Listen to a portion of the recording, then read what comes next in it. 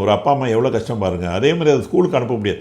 எப்போ அந்த பிள்ளை ஸ்வீட் சாப்பிடும்னே தெரியாது. ஒரே ஒரு ஸ்வீட் சாப்பிட்டா கூட 300 நாள் டெய்லி அந்த குழந்தை மயக்கம் போட்டுரும். குழந்தைகளுக்குங்க diabetes, type 1 diabetes and junior diabetes சொல்கிற ஒரு மாதிரியான ஒரு வியாதி வரும்.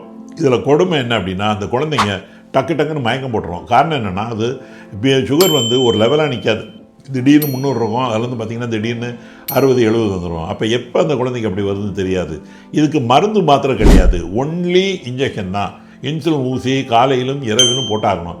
ஒரு ஊசி போட்டாலே பிள்ளை கத்தும். ஒரு அப்பா அம்மா எவ்வளோ கஷ்டம் பாருங்கள். அதே மாதிரி அது ஸ்கூலுக்கு அனுப்ப முடியாது. எப்போ அந்த பிள்ளை ஸ்வீட் சாப்பிடும்னே தெரியாது. ஒரே ஒரு ஸ்வீட் சாப்பிட்டா கூட 300 நாள் டெய்லி அந்த குழந்தை மயக்கம் போட்டுரும். அப்போ இது வாழ்க்கை முழுக்க இந்த செய்கிறதுனால ரொம்ப கஷ்டம். எங்கள் அக்குபஞ்சர் வைத்திய முறையில் 50 நாட்கள் தினம் 1/2 மணி நேரம் வைத்தியம் பண்ணிங்கன்னா அந்த போட்டுக்கிட்டு வர்ற இன்சுலினுடைய அளவில் 2லேருந்து 4 யூனிட் நாங்கள் எடுத்துருவோம்.